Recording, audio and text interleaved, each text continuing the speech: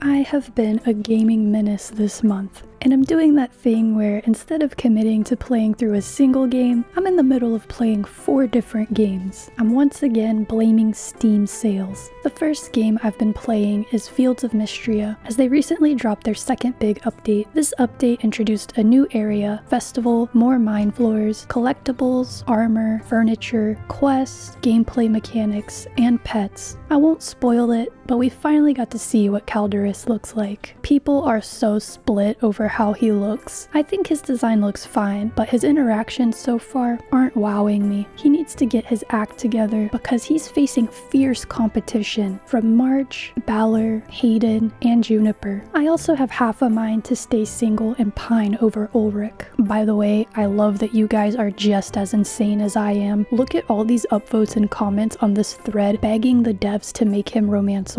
As for the other stuff that got added to the game, I was disappointed by the animal festival. I was hoping to be able to see my babies getting judged, but they were only named. It feels like you turn up right at the end of the festival. I love my new familiar and that you can put your pet to work. I love coming home to my cat throwing a stack of wood at me. A new relationship mechanic was added, which is the ability to gossip with Elsie. Every day she provides you with 3 character cards to choose from that reveal one of their liked or loved gifts. God, even the gossip in this town is wholesome. It is a perfect feature for people like me who hate doing trial and error gift giving. The new floors in the mine are destroying my booty cheeks. I thought I was the baddest bitch around on floor 50, but it was a case of big fish in a small pond. It is taking me so long to gather enough gold to start getting much needed upgrades, so the game is getting grindy. I have to be in the right mood to grind, and I just reached the beginning of my 2nd year, so I think I'll hold off until the full version is out before returning to do all of that. The second game I've been playing is Koromon. It recently went on sale for $3, so I figured now's the time to try it. It has to be worth that. It's heavily inspired by Pokemon, but adds quality of life features that those games don't have. There are over 100 monsters to collect, but I haven't found many of the cute variety, which is a letdown. A lot of the designs go for the cool aesthetic, and I usually go for the girliest team imaginable because it's thrilling to beat the crap out of the best trainers in the world who have pseudo-legendary monsters with a team of cuties. I'm only 8 hours in, so hopefully I'll find more. Even though it's ugly, this Dugterra is hard carrying my team through this game. It's strong and can successfully escape wild battles on the first try, which is a necessity because the encounter rate in this game is too high. Imagine every area feels like that one Zubat cave. There are ways to decrease the encounter rate, but they should lower the default rate and add ways of increasing it. That way you can opt into it rather than out of it. I cannot tell you a single thing about the story because I don't know what the heck is going on. Instead of taking on gym leaders, you fight Titan Koromon to collect their essences for some reason. I've only encountered and beaten one so far. There are more environmental puzzles than usual in this game. Some of them remind me of ones from Pokemon, like the tiles that move you in a specific direction, but some remind me of the log puzzles from Golden Sun. So far, none of them have been difficult, and I don't mind them. I don't know how I feel about the game yet. I'll have to put more hours into it and see where it goes. The third game I've been playing is Pixel Cross Rune Factory. I know, I'm a big nerd. I love Picross, or Nonograms. I think Picross might be a brand name. These are some of my favorite puzzle games, and this crossover with Rune Factory is everything. It's themed after Rune Factory 5, but there are puzzles, compendium entries, and music from 3 and 4. There are so many puzzles. I planned on playing this all the way through like a good person, but I'm 30 hours in and have only about a 30% completion rate. It really does take about an hour of gameplay to get through a single percentage of completion, so this might be a 100+ hour game, which I was not expecting from a puzzle game. That makes it hella worth the price though, so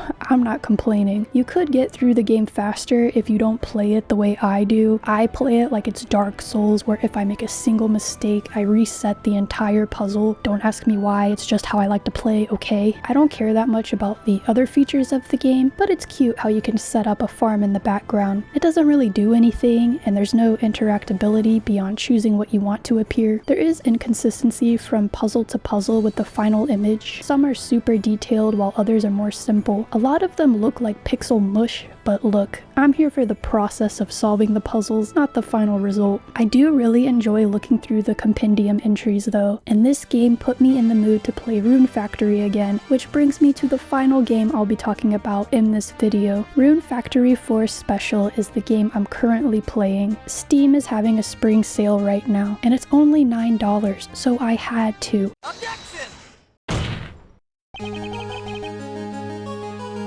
Every time I try to play through this game, I only make it through Act 1. Act 2 is like hitting a wall for my brain. The difficulty level spikes, and I don't know if I need to get good, grind, or both. I am playing on easy this time because I'm finally being honest with myself, so hopefully that'll make it less of a jump. 4 is my favorite Rune Factory game, but I've only played this one and 5, so there's not much competition. I want to play through 3, but I'll leave that for a future Pook. I love being a princess and managing the region. I love all the characters and cannot decide which furry to pursue. Should I go for the horse or the fox? I like Leon's design more, but the voice actor for Dillis... Sheesh, falls asleep at the drop of a hat.